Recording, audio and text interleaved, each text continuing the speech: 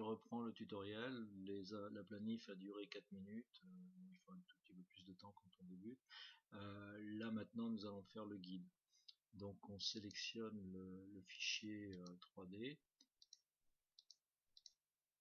Voilà, moi je laisse les implants en place, je trouve ça très pratique, hein.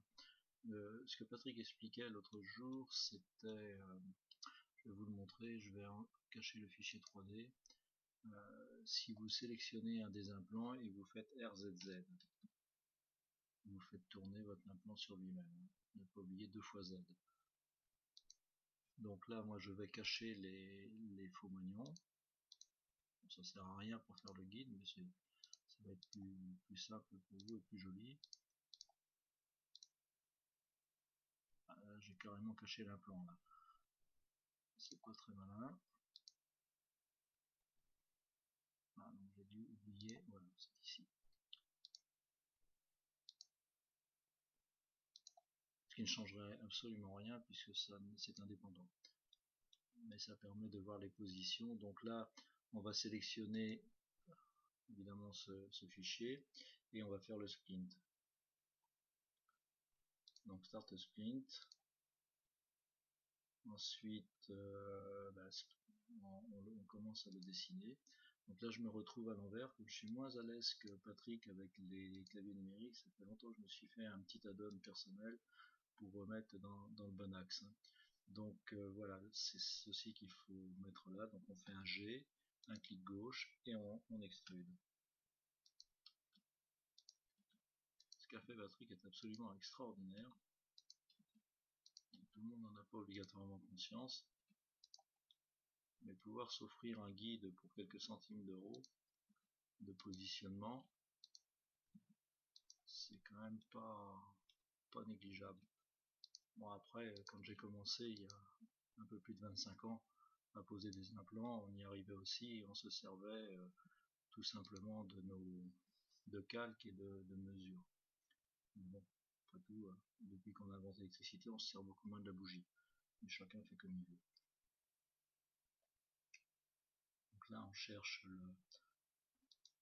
le fichier des Q on veut, et on va faire toggle cyclique pour fermer.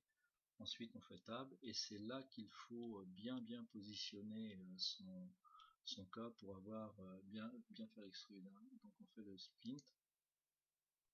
Voilà, là il est mis. Moi personnellement souvent je le passe à un 5 pour obtenir plus de rigidité. C'est plus simple. D'ailleurs celui-là me paraît un petit peu. Voilà.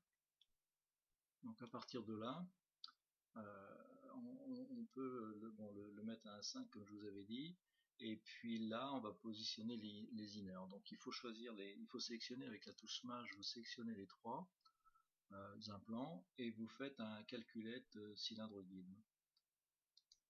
Mon anglais est très perfectible. Là c'est pareil, souvent je mets l'épaisseur à 1,5 parce que c'est plus, mon imprimante marche mieux quand je fais ça.